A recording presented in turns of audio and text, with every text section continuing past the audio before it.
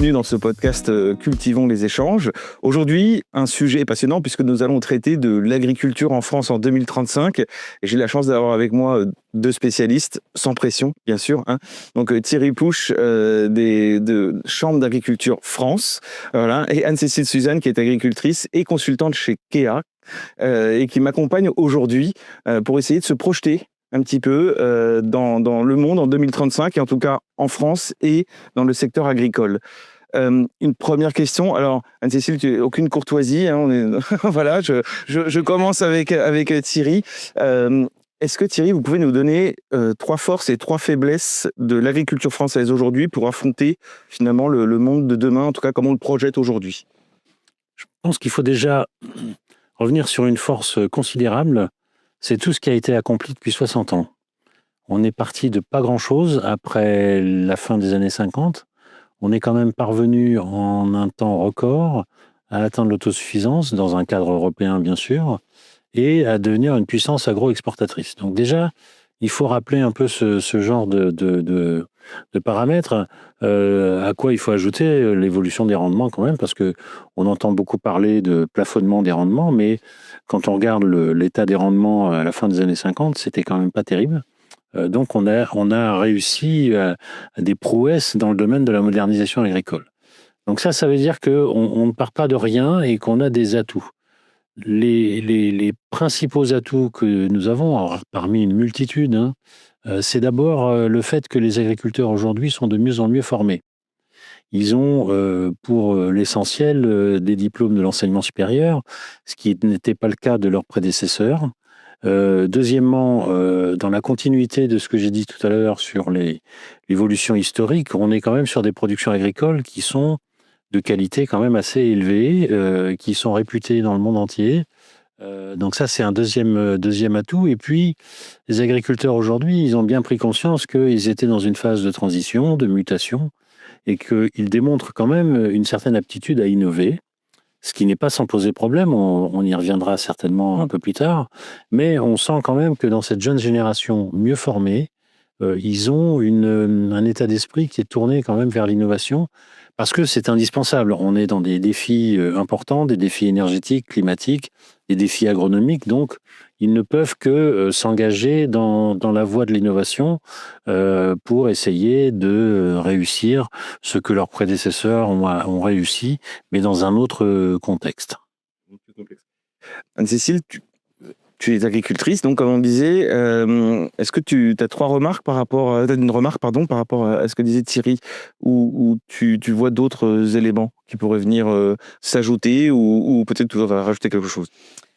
Non, mais en tout cas, je suis en ligne avec ce que disait Thierry sur les forces de l'agriculture. Il y en a une qui est fondamentale, pour réinsister dessus, c'est effectivement les nouvelles générations qui arrivent et qui vont apporter avec elles aussi toute cette force d'innovation. Après, les défis à relever sont majeurs, et je dirais que sur les faiblesses, en tout cas, à adresser, il y en a une qui est très importante, qui est qu'en fait, on arrive à certaines limites du modèle en termes d'utilisation du pétrole, notamment, des ressources énergétiques. On sait que ce ne sera plus possible comme aujourd'hui dans quelques dizaines d'années. Donc, il faut arriver à penser le changement du modèle. On sait en agriculture, les temps sont longs, donc il faut arriver à le penser dès à présent. Il y a le sujet de l'attractivité du métier. On ne peut plus l'exercer demain comme on le faisait encore aujourd'hui, en particulier en élevage. Il faut arriver à attirer par de meilleures conditions de travail. Et puis, évidemment, il y a tout le sujet en fait de bien-être animal et de protection de l'environnement au sens large. Et là, il y a des tendances lourdes qui se dessinent aujourd'hui et qu'il va falloir en fait arriver à adresser pour résoudre en fait les équations un peu problématiques de demain. Mais c'est des équations à multiples variables. C'est intéressant, Thierry, parce que vous avez commencé en parlant de l'Europe. Et c'est un vrai sujet, parce que aujourd'hui, il y a des réformes de la PAC assez régulièrement, mais on a l'impression que dans un monde, alors à la fois fragmenté et globalisé, il n'y a pas d'autre mot, c'est-à-dire qu'il se fragmente d'un côté et il se globalise par ces échanges, quoi. Donc aujourd'hui, la France peut-être seule dans le monde de 2035 ne peut plus justement être seule, quoi. C'est-à-dire qu'on a besoin de nos alliés européens pour exister dans ce monde globalisé et fracturé, quoi. Ce que vous dites est un peu d'une complexité extrême parce que vous parlez de nos partenaires européens, de nos alliés, qui sont pour certains d'entre eux de nos concurrents aussi. Parce que l'Union européenne, à travers son évolution, a fait du marché européen un grand espace de rivalité commerciale. La Pologne est maintenant une puissance agricole. Elle est le premier fournisseur de la France en viande de volaille, par exemple, et en viande de poulet en particulier. Donc, je nuancerai un petit peu. On a besoin de cette Union européenne qui, quand même, à travers les réformes de la politique agricole commune tous les 6 ans à peu près, apporte des soutiens de moins en moins élevés. Ils sont même sur une phase de déclin. Quand vous regardez les aides découplées, par exemple, qui ont été instaurées à la fin des années 90, on voit bien qu'il y a une diminution de ces aides découplées, notamment pour, on va prendre un exemple très simple, pour les céréales et les oléoprotéagineux. Donc, on ne peut pas évoluer quand on est agriculteur sans la politique agricole commune, mais cette politique agricole commune a quand même énormément changé et souvent au détriment des agriculteurs. Et ce qui s'annonce pour 2028-2034, c'est une forte baisse du budget de la politique agricole commune. On serait sur un recul de 20 à 25%. Alors rien n'est figé pour l'instant, parce qu'il va y avoir des discussions avec le Parlement et le Conseil européen, mais la proposition initiale de la présidente de la Commission européenne va dans ce sens-là. C'est-à-dire qu'il y a tellement de priorités maintenant, tellement de défis à relever, que l'Union européenne est obligée, à la mesure où son budget n'est pas extensible à l'infini, elle est obligée d'effectuer des arbitrages. Et en plus, j'ajouterais que pour les agriculteurs, ils sont un peu en porte-à-faux vis-à-vis de cette Union européenne. Ils se plaignent des réglementations, ils se plaignent des normes qui ne sont pas appliquées de la même façon d'un État membre à un autre, mais en même temps, ils ne vont pas jusqu'à dire qu'il faudrait sortir de l'Union européenne parce que, en toile de fond, c'est quand même à peu près 10 milliards d'euros par an qui disparaîtraient de leur trésorerie. Donc ça fait quand même une somme assez importante. Donc c'est pour ça qu'ils restent attachés tout en critiquant l'Union européenne. Donc on est là dans une ambiguïté qui n'est pas facile à relever. C'est François Purseigle, peut-être que vous connaissez, le chercheur à Sciences Po, qui a une très très bonne analyse justement. Alors, je ne vais pas réduire ça au vote, mais le vote agriculteur, avec une séparation aujourd'hui qui se fait en 4 catégories entre les céréaliers pro-européens, anti-européens. Enfin, bon, un monde complexe, je crois, mais il faut essayer de comprendre, en tout cas. La cote de confiance des agriculteurs vis-à-vis de l'Union européenne, dans le sondage que justement François Purseigle a conduit dans l'enquête qu'il a menée l'année dernière, est tombée à 8%. Donc c'est quand même une chute assez vertigineuse. Et on voit bien là l'état un petit peu difficile, conflictuel qu'il y a entre le monde agricole et l'Union européenne. Compliqué. Mais alors, Anne-Cécile, toi, à l'inverse, tu nous parlais déjà de finalement, ce qu'on appelle la transmission aujourd'hui, le grand sujet de la transmission. Une question un peu compliquée, mais comment on donne envie aujourd'hui à des jeunes de s'installer, sur quelle base, sur quelle promesse ils peuvent s'installer, puisqu'on a peut-être une Union européenne qui diminue ses dotations, mais on aura toujours besoin de se nourrir, quoi. Et on parle de souveraineté alimentaire, donc voilà, beaucoup de sujets antinomiques, mais selon toi qui es éleveuse, tu as des voisins, aujourd'hui l'élevage, l'heure où je parle, je touche du bois, se porte plutôt bien en France. Comment on donne envie aujourd'hui aux jeunes de venir continuer à travailler dans ce secteur et continuer à avoir notre souveraineté alimentaire? Alors, pour répondre Oui. à ta question, je vais juste prendre un petit pas de recul et j'y reviens immédiatement. C'est que là, quand on laisse en fait spontanément, et aujourd'hui c'est ce qui se passe, faire le marché agricole, on observe quelques grandes tendances, notamment la spécialisation des exploitations.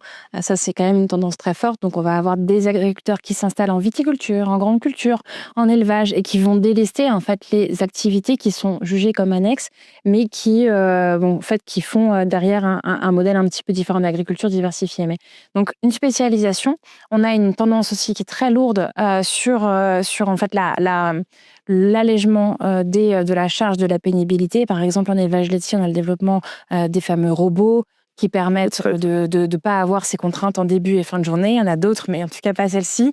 Et de manière générale, en fait, une tendance à se rapprocher du consommateur.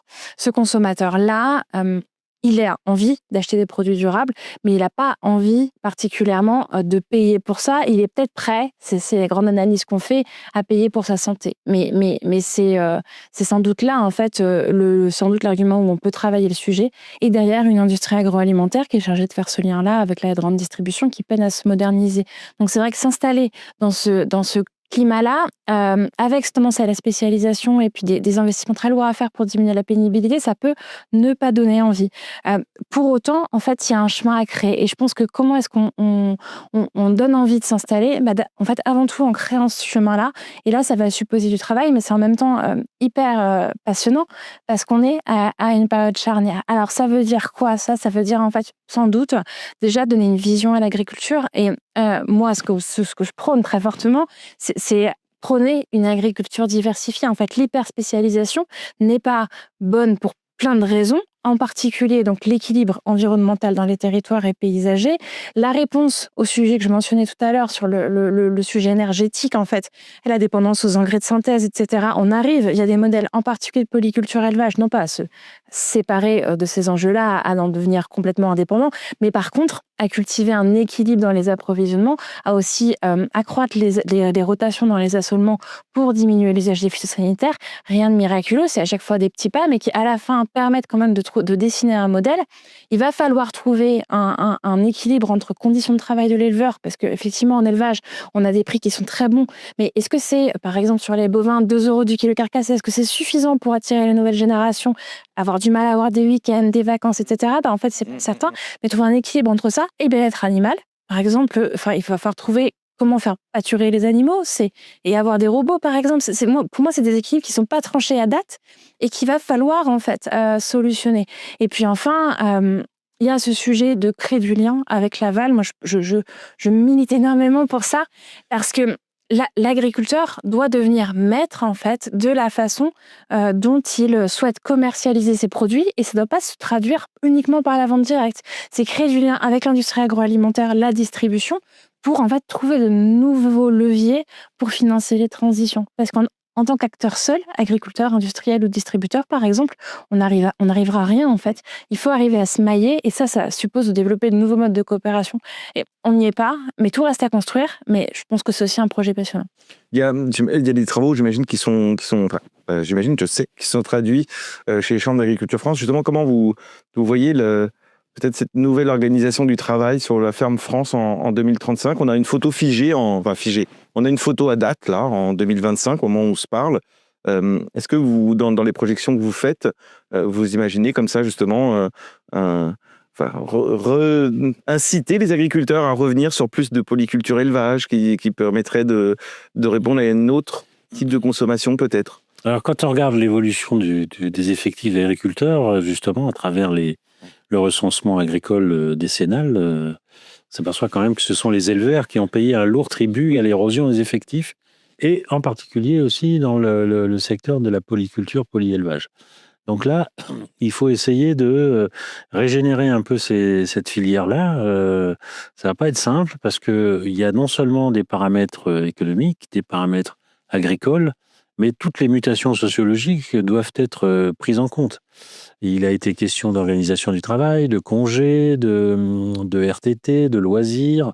Alors, il y a toujours des services de remplacement, mais ça ne fait pas forcément tout. Moi, je crois qu'au-delà de l'aspect organisation du travail, il y a, me semble-t-il, l'idée de structuration des filières. Il me semble que, alors ça marche plus ou moins bien, plutôt bien d'ailleurs dans la filière laitière, il y a toujours des formes de contractualisation. C'est plus difficile en viande bovine, ça a plutôt pas mal fonctionné en viande porcine aussi, donc je pense que là, les chambres sont absolument préoccupées par cette notion de structurer les filières, c'est-à-dire faire en sorte de développer des logiques partenariales plutôt que des logiques de confrontation où celui qui est un peu plus en aval cherche finalement à tondre la laine sur celui qui est plus en amont, c'est-à-dire qui fournit la matière première. Donc, moi, il me semble qu'il y a quelque chose de cet ordre-là, de logique partenariale. Et il me semble aussi que pour les jeunes générations, parce que j'en rencontre quand même quelques-unes, les défis auxquels nous sommes confrontés, qu'ils soient énergétiques, climatiques, mais aussi le défi de l'alimentation à l'échelle mondiale, vous avez en fait, quand vous regardez bien, une poignée de pays qui sont en mesure aujourd'hui de répondre à la demande des pays en développement ou des pays émergents et même des pays aussi puissants que la Chine aujourd'hui. C'est un pays qui a un déficit commercial structurel depuis maintenant 25 ans. Donc la Chine ne parvient plus à se nourrir elle-même. Donc tout cela, me semble-t-il, forme des perspectives qui permettraient aux jeunes de s'engager pour répondre à tous ces défis, et en particulier le défi de l'alimentation, parce que il va bien falloir quand même si on sait que les projections stabilisent un peu maintenant la démographie mondiale, mais il n'en reste pas moins que à moyen terme ou long terme, il va falloir répondre. L'exemple qu'on voit aujourd'hui, c'est la demande de viande bovine au Japon, en Corée du Sud et en Chine, et on s'aperçoit que sur des élevages qui conduisent à l'engraissement avec des céréales, par exemple, les États-Unis sont un petit peu en panne parce qu'il y a eu des petits soucis de sécheresse, etc. Et c'est l'Australie qui prend le relais pour répondre à la demande de ces 3 grands pays asiatiques. Donc on voit bien que si on n'a pas des pôles, des bassins de production suffisamment puissants, y compris donc en Europe et en France en particulier, on va être marginalisé dans la réponse à apporter à ce Au niveau marché global. Ouais. Ouais, juste avant de te laisser savoir, ce qui m'a le plus étonné quand j'ai commencé dans le milieu agricole, c'est de me rendre compte sur un planisphère de ces petites bandes très très fines sur laquelle on produit du blé dans le monde et qui sert. Non mais c'est, enfin, comment dire, si on sort du contexte et qu'on regarde juste cette bande, c'est microscopique à l'échelle de la planète, avec cette capacité finalement à nourrir, on va dire, 8 milliards d'êtres humains. Vous avez à peine 10 pays qui sont en mesure d'assurer 90% des exportations mondiales de blé, dont la France. Dont la France. Voilà. Ça me paraît là être un argument assez attractif, même s'il faut tenir compte évidemment du prix, des charges, de la concurrence, etc. Mais il me semble que c'est un beau défi quand même que de s'engager dans une profession. Ah, moi, vraiment en rebond par rapport à ce que disait Thierry, il y a 2 choses. Il faut se rendre compte en fait de l'écart qu'il y a entre la modernisation en grande culture et notamment il y a quand même de la robotique, des analyses de sol qui sont faites. On a du travail par satellite ou par... Enfin, il y a un travail de dingue qui a été fait. En élevage, en fait, c'est une filière dans laquelle on a très peu investi justement pour sa modernisation, son efficacité, etc. Moi, je pense à un truc tout bête, mais les éleveurs bovins, par exemple, quand on va dans nos pâtures pour aller surveiller nos veaux, qu'on cherche un veau pendant je ne sais pas combien de temps, on perd un temps monstre. C'est un temps fou dans la vie d'un éleveur, en fait, plusieurs mois par an. Ça, en fait, on aurait une puce qui suit en fait la température de l'animal, qui est capable de nous dire où il est, etc. dans le champ. En fait, on serait capable déjà de détecter très vite des animaux malades et puis de les trouver au champ facilement, etc. Enfin, c'est des choses toutes bêtes, mais il y a tellement à faire en fait pour améliorer ce métier-là, sa pénibilité, etc., qui sont encore inexplorés. Donc, moi, je suis très confiante sur la capacité à faire. Encore faut-il investir, et je pense qu'effectivement, il y a urgence parce que cette filière-là d'élevage en général, aujourd'hui, elle est en grande souffrance, en particulier en France. Et la deuxième chose, effectivement, c'est que pareil, je reprends mon vécu d'agricultrice, mais sur les volumes, parce que c'était le deuxième sujet de manière générale. Encore une fois, sur l'élevage, parce que c'est une fière caractéristique de ce qui se passe aujourd'hui. Moi, ça fait 12 ans que je suis installée, pendant 9 ans, j'ai supplié mes acheteurs de prendre mes animaux avant 1 mois et demi d'attente parce que le marché était saturé, etc. Ça fait grosso modo 3 ans que le marché s'est retourné, qu'on est plutôt dans une situation de pénurie, notamment de viande bovine, et que les acheteurs, en fait, sont très demandeurs. Déjà, le temps que les agriculteurs se rendent compte, en fait, de ce changement de pouvoir, en fait, sur le marché, et derrière qu'ils saisissent ce pouvoir-là, parce qu'ils n'auront que s'ils arrivent à saisir ça et à organiser des négociations avec leur aval pour, en fait, maîtriser davantage la filière qu'ils ne faisaient par le passé. Mais en fait, on a quand même aussi des axes de travail commerciaux là-dessus. Mais ça suppose, en fait, de réaliser à quel point il y a eu un changement de paradigme ces dernières années, et ça concerne évidemment pas que les produits d'élevage, aussi en fruits et légumes, etc. On a vu là, c'est le paradoxe, c'est que augmentation de la consommation des œufs en France, et on n'a plus assez on est obligé d'apporter des œufs en France. Enfin, à chaque fois, on a l'impression qu'on a pris des décisions à un moment et qu'aujourd'hui, finalement, on en paye les conséquences. Et puis alors, le temps d'installation, le beurre, oui, voilà. Ouais. Un point comme ça, mais la fin de la guerre en Ukraine, peut-être dans quelques jours là ou dans quelques années, je ne sais pas, je ne suis pas devin, mais et l'entrée éventuelle de l'Ukraine dans l'Union européenne, vaste sujet aussi qui vient rajouter à la complexité de notre équation. Est-ce que c'est des sujets aussi sur lesquels on doit travailler pour justement imaginer cette agriculture française et cette ferme France en 2035? C'est pas un sujet sur lequel on doit travailler. On travaille déjà dessus. Pardon. Mais là, il y a des tas d'échanges, de réunions, de séminaires, y compris aux chambres d'agriculture, où on se penche sur l'impact potentiel que pourrait avoir l'adhésion de l'Ukraine à l'Union européenne. Alors, la présidente de la Commission en a fait une priorité. Hein. Elle a fixé comme horizon 2030, c'est-à-dire en pas longtemps. Quoi. C'est après-demain. La question après qu'il faut se poser, c'est de savoir quelle Ukraine. Est-ce que ça va être la moitié, les trois quarts ou l'ensemble de l'Ukraine? Quel va être l'apport de l'Ukraine au budget de la PAC? Quels vont être les critères d'éligibilité de l'Ukraine au versement des aides de la politique agricole commune? Mais on sait d'ores et déjà, et il y a énormément de commentaires là-dessus, et des positions qui sont prises par les acteurs agricoles eux-mêmes, sur la volaille, sur le sucre, sur les œufs, sur le blé, sur le maïs. L'huile de tournesol. Voilà, c'est un concurrent qui sera redoutable dans la mesure où il aura réussi à remettre d'aplomb son outil de production et que la guerre va se terminer.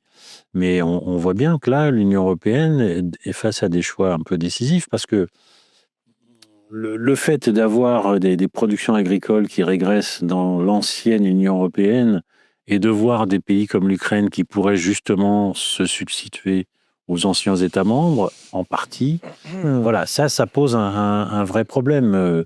On a beaucoup entendu ces derniers temps le fait que l'Europe était encore trop dépendante de la protéine végétale importée. Oui, sauf que justement, l'Ukraine produit de plus en plus de soja et en faisant rentrer l'Ukraine dans l'UE, on pourrait justement avoir un approvisionnement intérieur et se démarquer un petit peu de nos approvisionnements brésiliens et américains.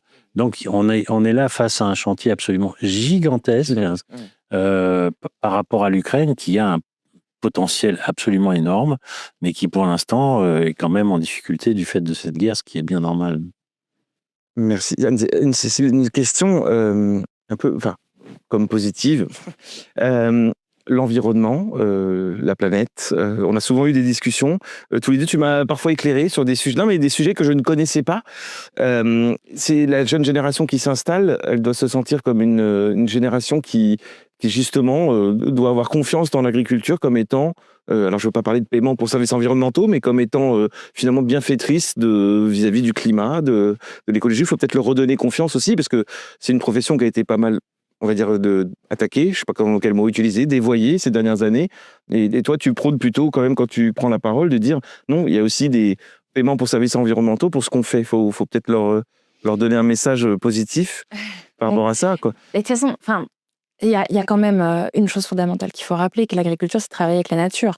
Donc, on ne peut que travailler par définition avec la nature et tâcher de la préserver au mieux. Donc là, il y a un devoir en fait de transmission aussi des générations en place vis-à-vis des nouvelles générations, mais il y a un travail aussi gigantesque en fait à venir d'adaptation, alors qui a commencé, mais qui est absolument fondamental. Et là, plusieurs choses en fait, c'est à la fois s'adapter au changement climatique, parce qu'on sait qu'il y a des territoires qui produisent aujourd'hui des choses qui ne pourront plus les produire demain.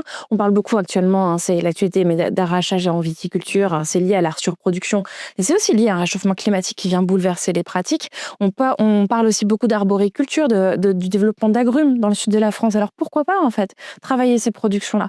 Mais le sujet de l'agrume, en fait, est particulièrement intéressant, je trouve, parce que c'est de l'arboriculture. Donc, en fait, on pense des horizons d'investissement à 15 ans. Donc, s'installer, dire aux nouvelles générations, c'est super pour l'environnement, installez-vous en agrumes, c'est hyper adapté au changement climatique, donc vous cochez toutes les cases. Bah oui, mais en fait, il faut arriver à trouver un financement sur 15, 20 ans, avec des filières qui ne sont pas structurées, parce qu'il n'y a pas d'agrumes du sud de la France, il y en a quelques-unes, mais... Si, il y a la clémentine corse. Oui, alors il y a la Corse, mais... Menton. Et il y a le citron de menton, mais il faut quand même se dire que dans le sud de la France, si on exclut la Corse, parce que la Corse, c'est pas un gros producteur, effectivement, mais il y a quand même peu de choses. Et les filières ne sont pas structurées, donc quand on... On compare avec l'Espagne, nos voisins espagnols. Il y a un sujet de compétitivité, et quand j'en parle, parce que c'est un sujet passionnant celui-ci. Oui. Pour un autre podcast. Mais exactement, mais quand j'en parle notamment à la grande distribution, à l'industrie, en fait, ils nous disent, mais nous, en fait, on peut pas travailler avec des filières qui sont pas aujourd'hui structurées. Et donc, et là, en fait, on arrive dans une impasse. Donc oui, les nouvelles générations ont besoin de protéger et de s'adapter au changement climatique et de protéger l'environnement. Tout le monde en est capable. Il y a quand même un certain nombre de choses, on sait comment produire de manière vertueuse. Encore faut-il arriver à faire le bout en bout, et c'est la principale impasse, en fait, c'est de pas arriver à commercialiser des produits bons pour l'environnement. Et pour ça, en fait, il faut arriver à réconcilier les enjeux, et il faut que des acteurs tels que la distribution ou l'industrie arrivent non plus à négocier sur 1 an ou 5 ans, ultime effort dans les comportements d'achat, mais en fait, là, arriver à pérenniser des filières, structurer des filières, sécuriser des filières sur 15, 20 ans. Et ça, pour moi, c'est ce qui est devant nous pour arriver, en fait, à ce que des nouvelles générations s'installent et opèrent des transitions sereines. Ça signifie que l'agriculteur, il ne peut pas assumer tout seul toutes les transitions. Il faut que tous les autres acteurs, que ce soit en amont ou en aval, il faut former un écosystème pour financer, ouvrir des débouchés, etc., etc. Donc, il ne peut pas assumer tout seul. Et c'est bien là un peu la difficulté qu'on a aujourd'hui. C'est que l'agriculteur, c'est presque une cible facile finalement contre tous les détracteurs de l'agriculture. Merci beaucoup à tous les deux. Vous savez, on a une petite tradition, c'est de tirer une petite carte pour faire la conclusion. Alors, je vous laisse en tirer une chacun. Allez, hop. Je sais pas, vraiment, c'est le hasard, là. Est-ce que tu vois sourire? T'es tombé sur quoi? Pollinisation. Là, est-ce que ça t'évoque quelque chose? Alors, je vais être très pratico-pratique, mais sur mon exploitation qui est en conventionnel, donc en élevage et grande culture, on a installé des ruches au niveau des grandes cultures en conventionnel, et l'apiculteur est super content parce qu'en fait, on adapte nos pratiques, mais en même temps, on est en conventionnel, et ça se passe super, tant qu'en fait, on sait se parler, échanger, et donc voilà, plein d'avenir pour la pollinisation en France. Top. C'était climat. Voilà. On est en plein dedans. On est en plein dedans. Et donc, il y a des tas d'ouvertures possibles avec ce climat, d'adaptation au changement climatique, d'innover pour trouver des pratiques culturelles et d'élevage qui soient en correspondance avec les défis climatiques d'aujourd'hui et de demain. Mais ça signifie qu'il faut faire confiance aux agriculteurs pour répondre à ce type de défis. Merci beaucoup à tous les deux. Merci. Vous écoutez le podcast Cultivons les échanges proposé par InVivo Ag. Ce podcast est à retrouver sur toutes vos plateformes d'écoute et sur YouTube.